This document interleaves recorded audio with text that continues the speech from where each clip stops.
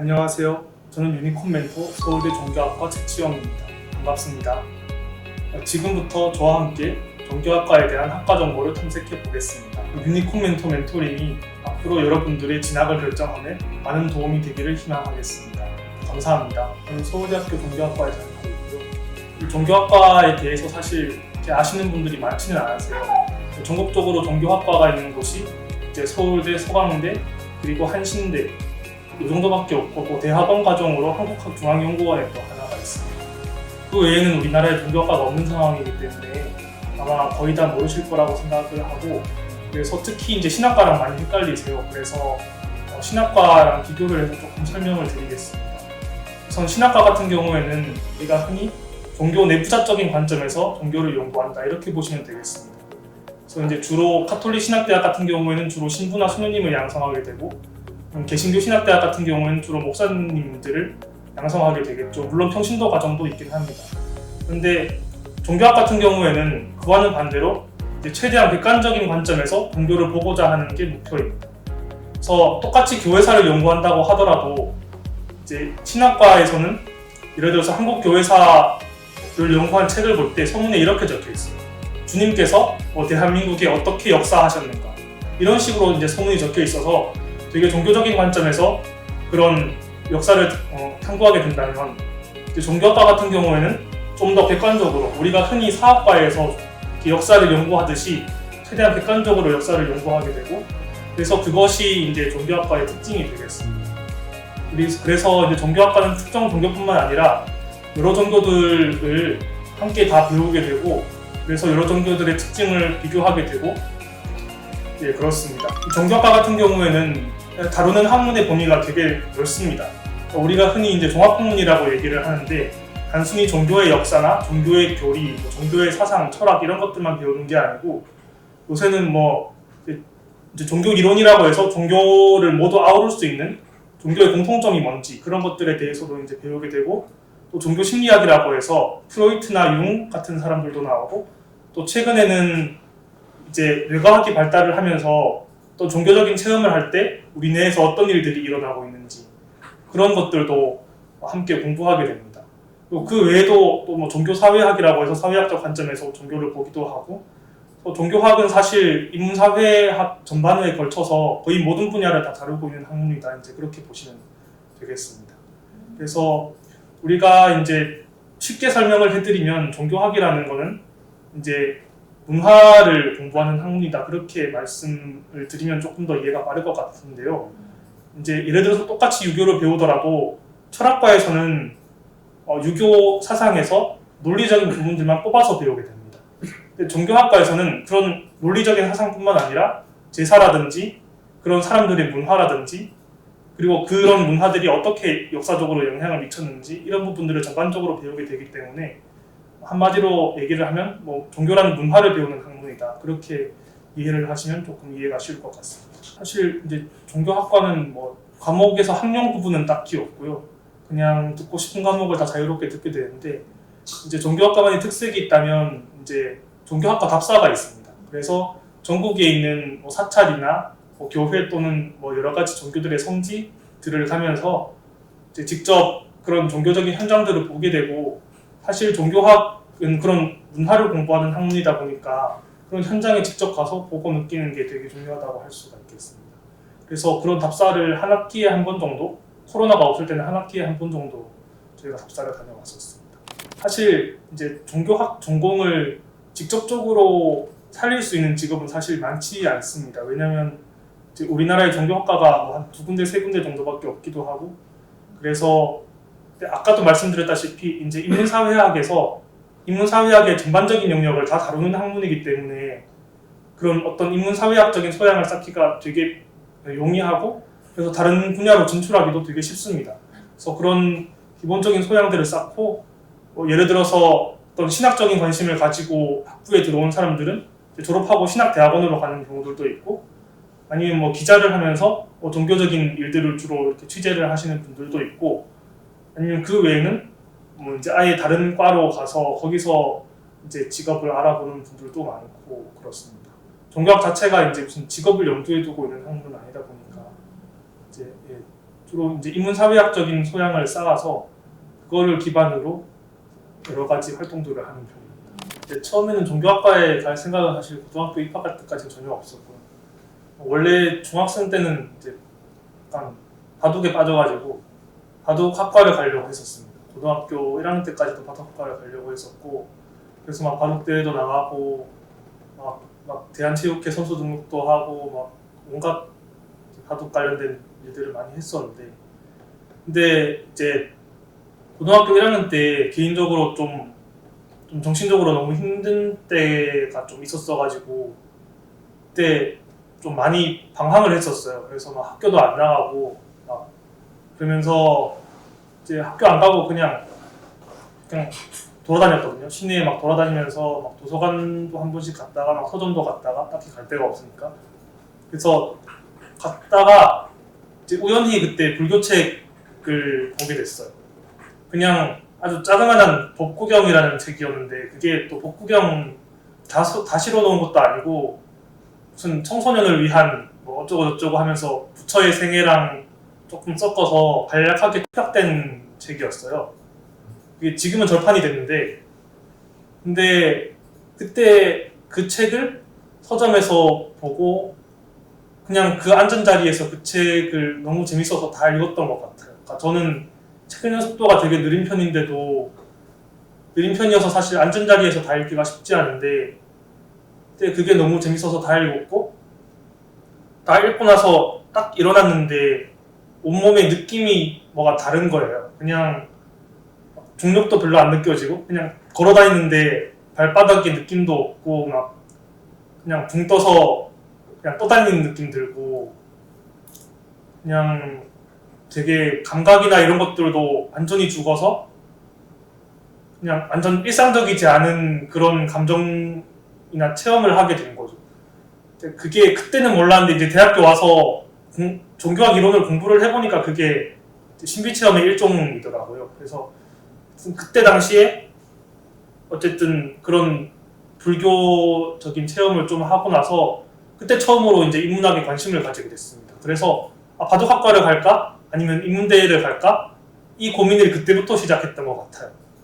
그러다가 이제 1학년 2학기에 학교에 돌아와서 이제 마음 잡고 공부를 해서 그때 이제 성적이 좀 많이 올랐습니다. 올라서 2학년 때 이제 2학년으로 올라갔더니 이제 2월 달에 2학년 이제 새 담임 선생님께서 이 정도 성적이면 뭐 이제 흔히 말하는 어떤 대학에 갈 수 있고 수학 성적만 조금 올리면 뭐 서울대도 갈 수 있겠다 라고 말씀을 하셔서 이제 그거에 혹한 거죠. 약간 이제 서울대라는 말을 들으니까 이제 바둑학과 때려치고 그럼 뭐 그냥 일단 서울대니까 서울대를 가야겠다 라고 생각해서 이제 서울대 인문대학을 생각하게 됐고, 그래서 철학과랑 종교학과 중에서 고민을 하다가 이제 마지막에는 종교학과를 선택하게 됐었습니다.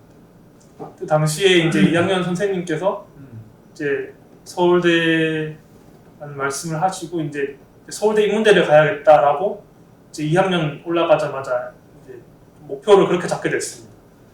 근데 사실 이제 저희 학교 같은 경우에는 문과 입시 실적이 별로 안 좋아서 위로 한 10년 동안 이렇게 문과는 서울대를 갔던 선배가 없었던 거예요. 그래서 선생님도 되게 좀 저한테 그것 때문에 좀 지원을 많이 해주셨고, 그러니까 저도 약간 그런 고리를 좀 끊어야 된다는 게 되게 강했어요.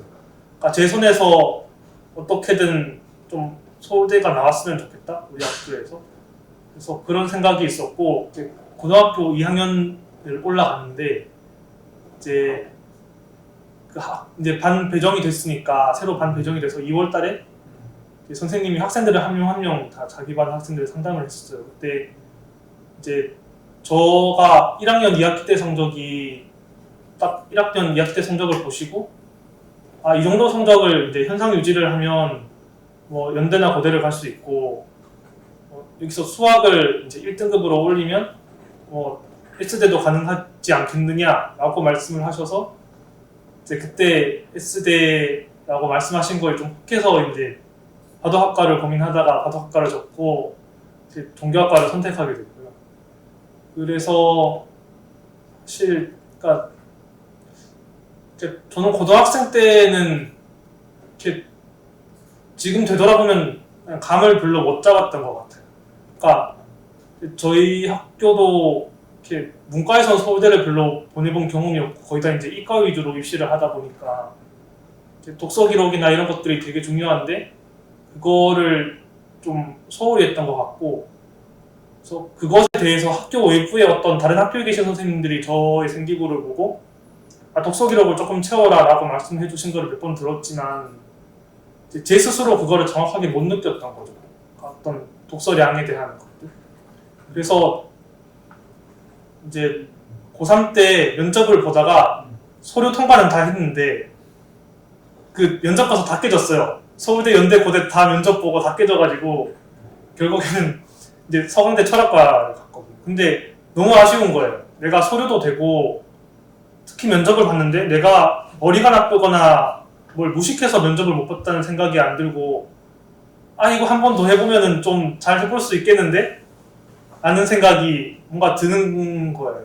특히 이제 저 같은 경우는 당시에 논술이나 그런 것들의 포맷을 전혀 몰라서 답변을 어떻게 구조화시켜야 되는지에 대한 지식도 전혀 없었고, 그래서 이제 서강대 철학과를 이제 1년 동안 다니면서 좀 준비를 좀 했어요. 계속 특히 철학과니까 이제 계속 책을 보고 저는 서류는 되니까 이제 머릿속에서 논리적인 사고력이나 지식들을 좀 쌓아서 수시 면접에서 한 번 더 좀 비벼보겠다. 그래서 이제 딱 서울대 연고대 떨어지고 그해 그냥 12월 달부터 계속 대구에 이제 시립도서관에 계속 가서 겨울 방학이랑 여름 방학이랑 이제 여름 방학에 학교 도서관은 계속 갔고, 그래서 방학 때 계속 책만 봤던 것 같아요.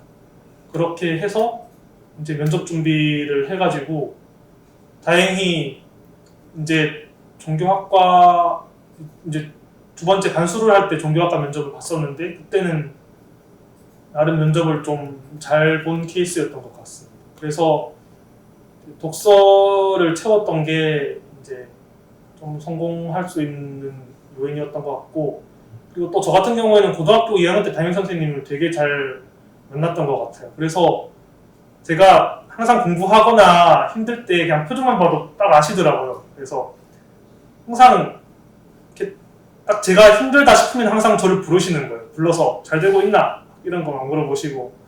그래서 항상 그 선생님 덕분에 고등학교 때 힘든 공부를 많이 이겨낼 수 있었던 것 같아요. 심지어 반수할 때도 이제 서울대 면접이 한 일주일 남았는데 이제 서울 갔으니까 좀 돈 좀 써라 그래가지고 대치동에 면접학원을 갔었는데, 면접학원을 가다 보니까 다 그냥 서울대 지원자들이고 다들 머리가 좋잖아요. 거기서 이제 제가 기가 죽어가지고 의기소침해가지고 한 면접 이틀 3일 전에 의기소침해가지고 있는데 그때 딱 또 전화가 오더라고요.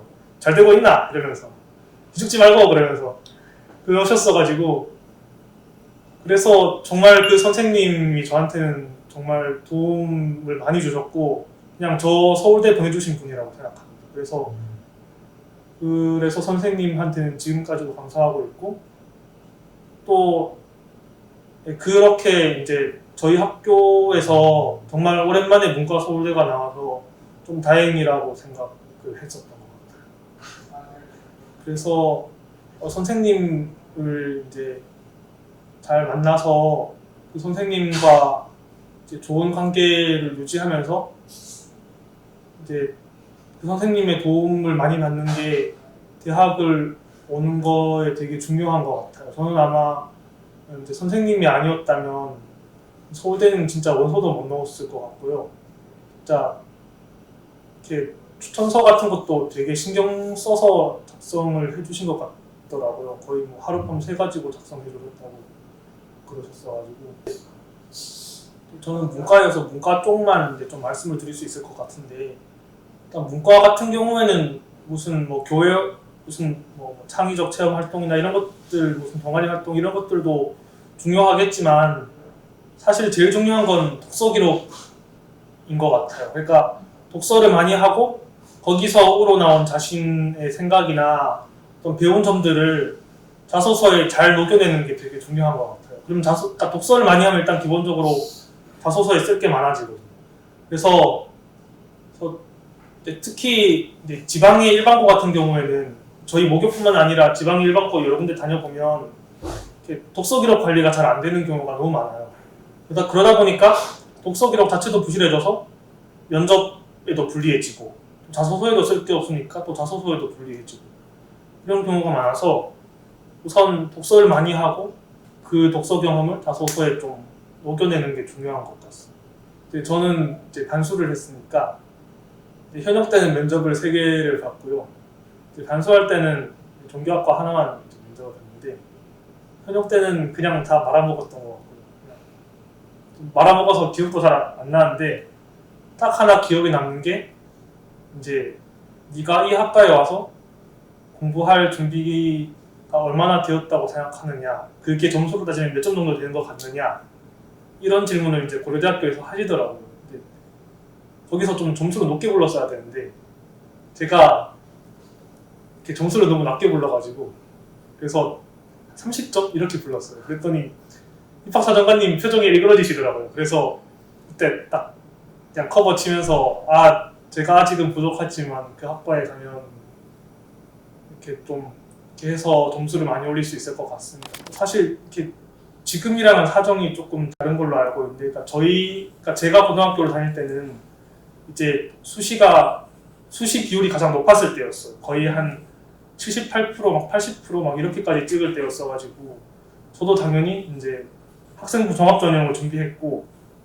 그래서 그냥 내신 잘 따고 학생부 관리하고 그냥 그렇게 해서 종교학과를 보게 되었습니다. 서울대 같은 경우에는 학생부 종합전형이다 보니까 이제 수시 등급의 커트라인 같은 것들은 제가 알기로는 의미 있는 커트라인은 없는 걸로 알고 있고, 저는 일반 전형으로 들어왔습니다. 그래서 수능 최저가 없고 이제 1차에서 서류 통과하면 이제 2차에서 면접으로 갈리게 되는데, 일단 저는 내신 같은 경우에는 이제 고등학교 1학년 1학기 때는 좀 방학을 해서 한 2.4 정도 나왔고, 근데 이제 2학년 3학년 때는 이제 전부 다 1등급을 받았습니다. 면접 같은 경우에는 이제 제신문 면접을 보게 되는데 이제 지금과는 달리, 그런데 제신문 면접 같은 경우에는 사실 저는 처음에는 이게 전혀 감이 안 잡혔어요. 그러니까 저는 이제 지방에서 일반고로 나왔고 또 제 선배들 중에 이렇게 문과에서는 서울대를 간 케이스도 거의 없고, 그래서 준비를 하는 방법도 몰랐고 사실 처음에는 떨어졌고 이제 2번째 수시를 넣어서 붙었거든요. 근데 2번째 수시를 넣을 때 재수를 할 때 그 유시민의 논술특강이라는 책이 되게 많이 도움이 되었던 것 같습니다. 그게 논술뿐만 아니라 제신문 면접을 준비하는 데 있어서 그 답변을 어떻게 구조화시키고 어떤 방향으로 답변을 만들어야 되는지 그 틀을 이렇게 한번 보고 나니까 대충 감을 잡겠더라고요. 그래서 그게 되게 많은 도움이 되었던 것 같습니다. 사실 저는 개인적으로 막 그렇게 특별한 공부 비법이 있다거나 하지는 않았던 것 같고요. 일단은 제일 중요한 건 공부량인 것 같아요. 그러니까 대부분 고등학생들 보면 공부 방법이 틀려서 공부를 못하는 사람은 잘 없고 보통 공부량이 적어서 공부를 못하는 사람이 많습니다. 그래서 일단 공부량을 채워 넣어라, 일단 이걸 먼저 말씀을 드리고 싶고, 그리고 공부 방법을 좀 말씀드리면 일단은 내신이랑 이렇게 수능이 방법이 조금 다를 수 있을 것 같은데, 우선 내신 같은 경우에는 일단 시험 범위에 나오는 것들을 최소 3번에서 5번 정도 이렇게 돌려봤던 것 같습니다. 그리고 시험 준비 기간은 한 고등학교 2학년 때까지는 4주 전부터 하고 고등학교 3학년 때는 6주 전부터 했던 것 같습니다. 그리고 암기 과목 같은 경우에는 주로 이제 저는 문과였으니까 거의 다 사탐이었는데, 사탐 같은 경우에는 개인적으로 문제집 같은 것들을 추천하진 않고요. 왜냐면은 선생님들마다 스타일이 너무 달라서 문제를 내는 스타일이나 또 시험 범위나 또 중요하게 생각하시는 것들이 조금씩 달라서 문제집에 있는 것들이 시험이랑은 별로 특히 상관이 없는 경우가 많았던 것 같습니다. 그래서 사탐 같은 경우에는 저는 문제집을 안 풀었고 그냥 선생님들께서 이제 칠판에 판서해 주셨던 것들이랑 교과서를 위주로 그냥 여러 번 읽어서 머릿속으로 그냥 이해를 하고 집어넣었던 것 같습니다. 그렇게 하면 이해를 하고 집어넣어져 있으면 사탐은 어지간하면 거의 다 풀리기 때문에 그렇게 했던 것 같고요. 수학 같은 경우에는 뭐 수능 공부든 내신 공부든 일단 기출 문제를 많이 풀어보고 또 내신 공부 같은 경우에는 교과서나 시험 범위 안에 들어가 있던 문제들은 실수를 하지 않을 때까지 계속 풀어봤던 것 같습니다. 그러니까 실수를 해놨으면 옆에다가 실수했다는 표시를 해놓고 실수를 하지 않을 때까지 그 문제를 내가 이 문제는 어디서 실수를 했구나. 그래서 내가 시험 문제를 풀 때 이 부분에서는 실수를 하지 않도록 이걸 생각하면서 풀어야겠다라고 했던 것 같습니다. 그래야 이제 수학 같은 경우는 실수를 잘 안 하게 되는 것 같고 또 영어 같은 경우에는 이제 내신은 뭐 뻔하지만 그냥 중요한 문법들 이제 체크하면서 이제 안에 내용들 여러 번 읽어봤고요. 뭐 국어도 마찬가지로 내용들 여러 번 읽어보는 방식으로 이렇게 공부를 했습니다. 사실 저희 때랑 좀 수능이 달라졌다고 들어서 정확하게 어떻게 됐는지 모르겠는데 일단 사탐 같은 경우에는 특히 사탐은 치는 사람들의 수가 적은 과목들 같은 경우에는 시중에 나온 문제집 때 오류가 되게 많아요. 특히 답지 같은데 해설 보면은 합지가 너무 안 맞아서 이게 뭐지 하고 찾아보면은 그게 전부 다 오류였던 거예요. 그래서 그 EBS에 들어가면 답지가 그 평가원 같은 경우에는 EBS에 답지가 아주 자세하게 나와 있거든요. 그래서 평가원은 믿을 수 있으니까 답지를 여러 개 보는 것보다는 믿을 수 있는 거 하나를 보는 게 중요한 것 같고 그래서 EBS에 나온 평가원이 해서는 답지만을 저는 위주로 봤습니다. 저는 수능 공부를 좀 늦게 시작한 편이어서 이제 고등학교 2학년 때까지는 내신 공부만 하다가 이제 고등학교 3학년 올라와서 이제 수능 공부를 시작해서 사실 기출 문제 풀고 그냥 EBS 연계교재 풀고 하니까 그냥 1년이 다 지나가 있었던 것 같습니다. 내신 같은 경우에는 문학이 제일 힘들었고요. 이제 다른 과목은 공부를 열심히 하면 다 성적이 나오는데 이게 문학은 이렇게 뭔가 수학적으로 딱딱 떨어지지 않고 이게 좀 애매한 것들이 있어서 제가 그런 것들에 되게 약한 편이어서 특히 고3 때는 내신 경쟁이 치열해지고 하다 보니까 문학 성적이 좀 많이 떨어졌던 것 같아요. 그래서 중간고사 때 문학 성적이 너무 많이 떨어져가지고 그때 이제 기말고사 때 그냥 아예 그냥 책 전체를 그냥 통째로 다 외우겠다는 마음으로 한 10번 정도 돌려봤던 것 같아요. 다른 과목은 5번 정도만 돌려봤었는데 문학은 한 10번 정도를 보니까 이제 그 안에 있던 내용들이랑 이제 문제들이 왜 그렇게 풀리는지 그리고 선생님께서 설명해 주셨던 것들이 몇 페이지에 그러니까 어느 페이지에 어느 위치에 적혀 있는지까지 그 필기 내용이 다 자세하게 머릿속에 기억에 남을 정도가 되어서 그냥 그렇게 그냥 생 암기로 그냥 버텼던 것 같습니다. 그냥 문제를 푼다기보다는 그냥 기억력에 의존해서 버텼던 것 같고요.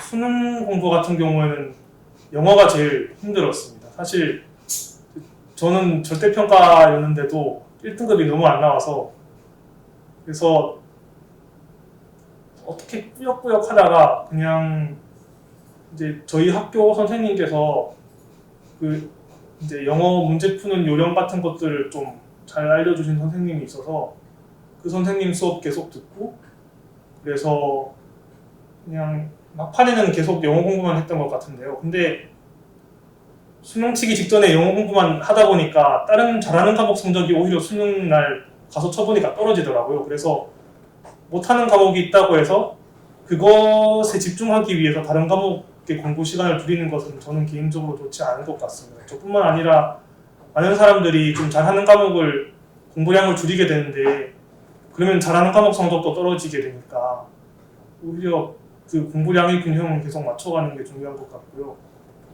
그래서 못하는 과목의 시간을 그냥 약간만 더 늘리는 것 정도가 제일 적정한 것 같습니다.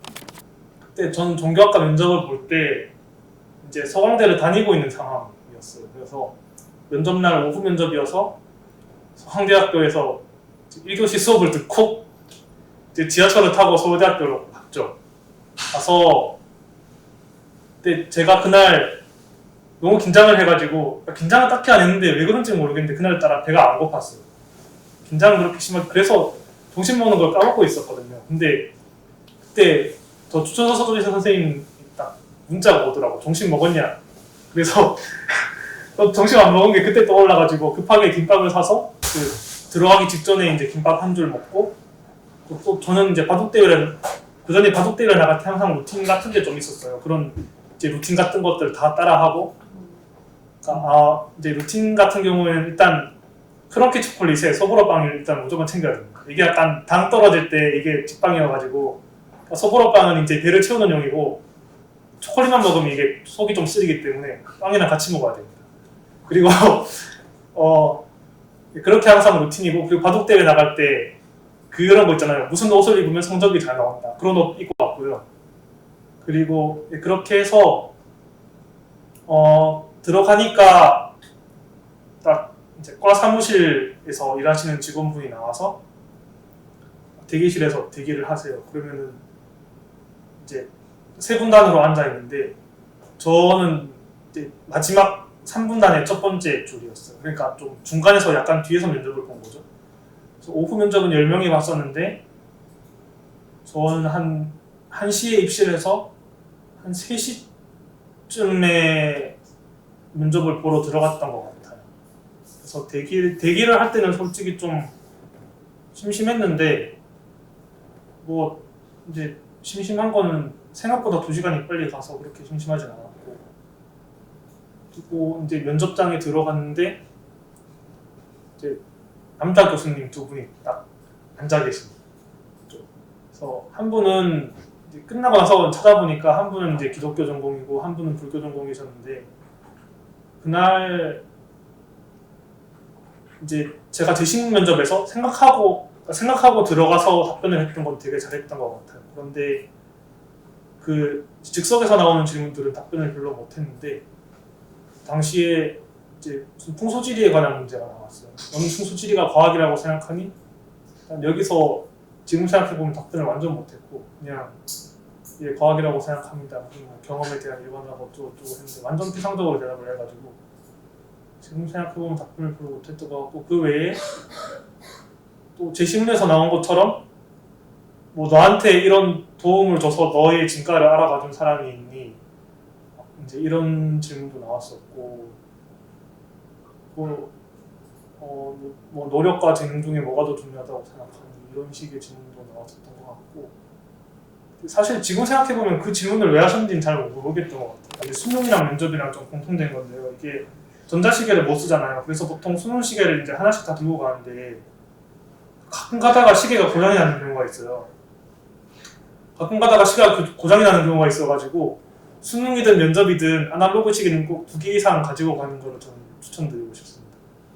그리고 이제 그 전에 밥 먹는 거 좀 잘 챙겨 드시고, 그리고 전날 잠도 좀 잘 자는 게 필요하고, 저는 개인적으로 식단 관리도 한 일주일 전부터는 하는 게 좀 필요한 것 같아요. 이게 이제 몸이 좀 튼튼한 사람은 좀 다를 수 있는데 저는 그게 약간 예민한 편이어서 한 일주일 전부터는 인스턴트 식품이나 과자나 이런 것들 안 먹었던 것 같은데 그게 되게 생각보다 영향을 많이 미치는 것 같아요. 그게 체력이 떨어지면은 본인 몸으로는 잘 안 느껴지거든요. 근데 수능이든 면접이든 이게 실수를 하는 거는 거의 다 체력 문제에서 나오는 거예요. 특히 수학 문제 풀 때 이렇게 확게 보이잖아요.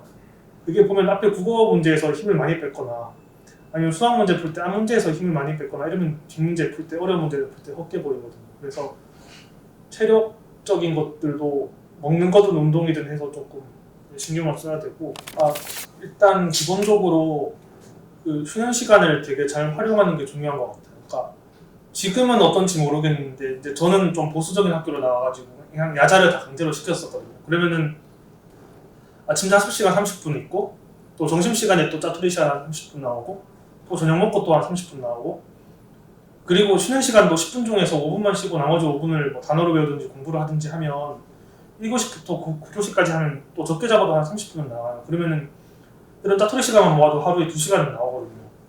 고등학생이 하루에 2시간을 더 낼 수 있다는 건 이건 정말 어마어마한 거기 때문에 쉬는 시간을 좀 최대한 잘 활용하는 게 되게 중요한 것 같습니다. 전국적으로 다 적용되긴 좀 어렵긴 한데 저희 학교는 기숙사가 있었어요. 그래서 방학 때도 보충 수업이 맨날 있어가지고 그냥 아침에 오전에는 보충 수업 듣고 오후에 학교에서 자습하고 또 저녁에 기숙사 돌아와서 기숙사에서 또 강제로 자습을 시키고, 그래서 그냥 강제로 시간 관리가 됐던 것 같아요. 그러니까 저 같은 경우에는 잠이 되게 많아요. 그래서 잠을 조금만 이렇게 줄여도 이게 체력적으로 완전히 다운이 돼 버려가지고 이게 공부가 잘 안 되더라고요. 그래서 잠을 줄이는데 가장 좋은 방법은 우선 잠자는 시간과 일어나는 시간을 계속 규칙적으로 만드는 거, 이거 하나가 있고, 또 먹는 거를 관리해야 돼요. 먹는 게 의외로 세요. 그러니까 라면이나 과자나 인스턴트 식품이나 이런 것들은 무조건 안 먹어야 돼요. 이게 이렇게 한 봉지 먹는 거랑 안 먹는 거랑 차이가 굉장히 큽니다. 이게 별게 없을 것 같은데 평상시에는 별 차이가 없지만 체력이 극도로 떨어지게 되면은 이게 차이가 금방 나타납니다. 그래서 먹는 것도 최대한 학교 급식만 먹고, 아니면은 정 간식이 필요하다, 너무 배가 고프다 그러면은 과자보다는 빵이 좋습니다. 주변에 빵집 같은 데 가서 빵이랑 또 크런키 소보로빵이랑 크런키 초콜릿이랑 약간 그런 루틴 해서 먹고, 예, 이제 그런 먹는 거 관리가 되게 중요하고, 또 이렇게 밤을 많이 새다 보면 약간 요령이 생길 거예요. 사투리 시간에는 영어 단어를 외우는 게 제일 좋은 것 같기는 해요. 그러니까 영어 단어를 따로 뭐 40시간에 시간을 외우거나 시간을 내서 외우거나 이러면 너무 오래 걸리고, 사투리 시간을 5분 5분씩 보게 되면 이게 또 반복하는 효과가 생기기 때문에 쉬는 시간마다 계속 반복하게 되기 때문에 영어 단어를 외우는 속도가 훨씬 빨라지는 것 같아요. 그래서 사투리 시간에는 영어 단어를 주로 외웠던 것 같습니다. 저는 사실 멘탈로 지치는 것보다는 그냥 체력적으로 지치는 게 훨씬 많았던 것 같아요. 너무 힘들 때는 좀 이제 쉬긴 쉬었고요. 근데 사실 힘들면 몸이 먼저 반응을 하기는 해요. 그래서 그냥 자기도 모르게 그냥 책상에 엎어져서 뭐 자고 있다든지, 뭐 일어나 보면 30분 지나 있고 이런 식으로 되어 있어서, 그래서 뭐 너무 힘들면 조금 쉬기는 쉬었던 것 같습니다. 사실 저는 이제 최초합이 아니고 추합으로 이제 학교를 붙었어요. 처음엔 떨어진 줄 알고 있었고, 이게 또 이 문제는 추합이 보통 안 돌아요. 거의 안 도는데 저희 이렇게 학번이 이례적으로 추합이 돌아가지고, 그래서 저는 처음에 떨어진 줄 알고 있었거든요. 그래서 떨어진 줄 알고 이제 금요일에 추합 뜬 것도 확인을 안 하고 있었어요. 고등학교 선생님이 저한테 문자를 보내서 합격이다 이렇게 말씀을 해주시더라고요. 그래서 저는 면접을 봤을 때 좀 아슬아슬하다고 생각을 했었는데, 아슬아슬하게 붙거나 아슬아슬하게 떨어지거나 이럴 것 같다라고 생각을 했었는데, 이제 추합이 붙은 걸 보고 내가 딱 그 선에 있긴 있었구나라는 기분이 들긴 들었고, 일단 근데 고등학교 다니면서 정말 선생님이 많이 도와주셨고, 또 추천서를 쓸 때도 많이 도와주셨고, 또 단수를 할 거나 장성서를 쓰거나 할 때도 정말 많이 도와주셨는데, 이제 그래도 다행히 좀 합격을 할 수 있게 돼서 정말 다행이다라는 생각이 많이 들었던 것 같아요. 선생님한테 정말 많이 고마웠고, 사실 이렇게 서울대를 합격하고 크게 달라진 거는 거의 없는데요. 근데 저가 서강대를 다닐 때 이제 어느 교수님 한 분이 그러더라고요. 수업 시간에 서강대생들 보고, 너희들이 뭐 연고대나 서울대에 대해서 열등감을 가지고 있으면 어떻게든 수능을 쳐서 합격증을 받아놔라. 서강대를 졸업하더라도 합격증을 받아놔라. 그 열등감을 없애는 게 그게 되게 중요하다. 그분이 이제 도교로 공부하시는 분이었는데, 그러니까 저도 그때 당시에 사실 열등감이라는 게 좀 있긴 있었고, 서울대를 붙고 나서 그런 열등감이 없어지고 나니까 그 교수님이 수업 시간에 왜 그런 말씀을 하셨는지 알 것 같아요. 그러니까 그러니까 열등감이 없어지려면 이제 합격을 하든지 아니면 후회하지 않을 만큼 이제 지원을 해봐서 납득을 할 정도가 되든지 그 정도가 돼야 되는데, 이제 그렇게 열등감이 없어졌던 게 되게 좋았던 것 같아요. 그러니까 열등감이 없어지면 또 나의 자존감도 올라가지만 또 다른 사람을 또 무시하지 않는 또 원천이 되는 거라서 그게 되게 좋았던 것 같아요. 학교 인프라가 되게 잘 되어 있었던 것 같아요. 그러니까 특히 이제 학교가 이제 기부금도 다른 학교에 비해서 많이 끌어오는 편이고, 또 등록금도 싸고, 그러다 보니까 일단 학생들을 챙겨준다라는 게 되게 많이 눈에 보였던 것 같아요. 진짜 그냥 코로나 확진자가 나왔는데도 그냥 다음날 문 열어서 그냥 새벽에 방역 처리하고 그 다음날 아침에 문을 열거든요. 학교 도서관이. 그러면 정말 이 도서관이 우리가 공부할 환경을 만들어주기 위해서 정말 신경을 많이 쓰는구나, 정말 학교가 우리를 위해서 정말 챙겨주는구나라는 게 좀 많이 느껴졌던 것 같아요. 그러니까 도서관뿐만 아니라 그 외에 여러 가지 학교의 전반적인 학생들이 지원하는 시스템 자체가 다른 학교랑은 좀 비교하기가 어려울 정도로 많이 좋은 것 같아요. 일단 이제 종교학과 같은 경우에는 한 학년에 학생이 10명밖에 없어요. 근데 교수님이 7명이거든요. 그래서 교수님이 학생 하나하나를 속속들이 다 알고 속속들이 이렇게 도와주세요. 어떤 문제가 있는지 다 아시고 이제 학기 초에 불러서 학생들 하나하나들을 다 이제 체크하시고, 그래서 다른 학교 같은 경우에는 이런 교수님들이 학생 하나하나를 챙겨주신다는 게 사실 다른 어떤 대형과나 어떤 다른 과에는 그게 상상조차 불가능한 건데, 이제 교수님들 학생들을 많이 도와준다는 거, 그게 종교학과만의 장점인 것 같아요. 재밌었던 건 이제 학교 안에서는 이제 밴드 동아리를 했던 게 제일 재밌었고, 그러니까 사실 이제 밴드 공연을 한 2번 정도 했어요. 근데 준비할 때는 엄청 힘든데 또 사실 이때 아니면 또 이런 경험을 해보기가 또 힘드니까 또 이제 개인적으로 이런 어떤 공연을 하는 기회를 하는 경험을 해볼 수 있었다는 게 되게 좋았던 것 같아요. 그리고 제가 이제 외부에서 연합 동아리로 교육봉사활동 같은 것들을 했었는데, 이제 그때 당시 항상 입시 처리되면 고3들 자소서 면접 이런 것들을 이제 도와주는 그런 동아리거든요. 물론 그 외에 다른 프로그램도 있고 한데, 근데 그때 이제 저희 단체에서 맡았던 어떤 한 고등학생이 이렇게 원래는 서울대를 안 쓰려고 하다가 저희 단체에 어떤 친구가 보고 너 서울대 써봐라, 서울대 써봐도 되겠다. 그래서 그 친구가 진짜 서울대를 붙더라고요. 그래서 그런 걸 보면서는 되게 뿌듯했고, 또 그 단체가 이제 주로 교육소외 지역이나 교육소외를 많이 받는 그런 학교를 주로 찾아가는 단체여서 그런 방면으로 활동을 했던 게 되게 뜻깊고 보람찼던 것 같아요. 공연장을 빌려서 이제 저희가 매 학기 초마다 이제 공연을 하는 그런 동아리인데요.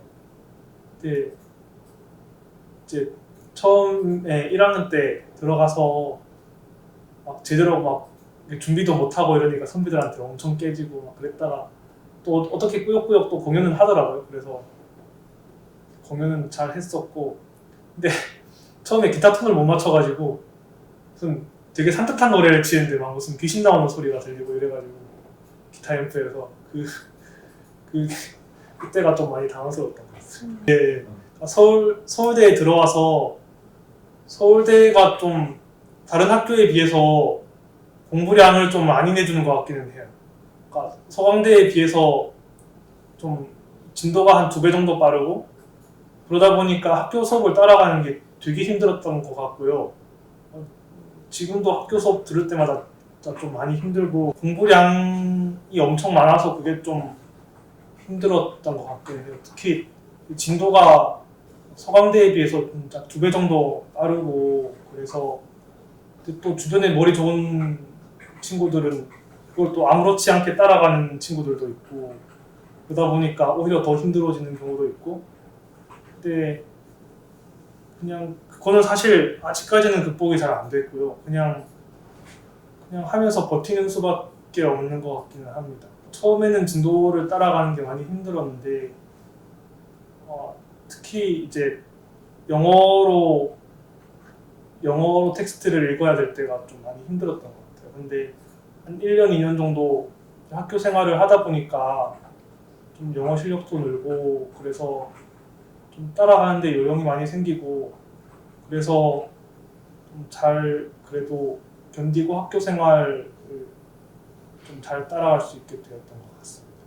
중고등학교를 다니는 학생분들도 이렇게 열심히 하면 충분히 좋은 결과가 있을 거라고 생각합니다. 일단 책을 좀 더 많이 볼 것 같습니다. 그러니까 제가 이제 지금도 이제 고등학교나 중학교 같은데 멘토링을 가면 제일 강조하는 것 중에 하나가 이제 책인데, 이제 학생부 종합전형을 준비하는데 책이 되게 중요한 것 같아요. 그러니까 지금은 생기부에 그냥 책 제목밖에 안 적히지만, 그래도 단순히 책 제목이 적히는 걸 떠나서 뭐 면접을 보거나 자소서를 쓰거나 하는 데 있어서 그런 책의 내용이 머릿속에 들어있는 게 되게 중요한 것 같습니다. 그래서 그런 어떤 기본적인 소양이나 논리력을 좀 많이 키우는 게 중요한 것 같아요. 이제 대학원에 가서 동양 쪽의 문헌학을 좀 하는 게 지금 꿈이고요.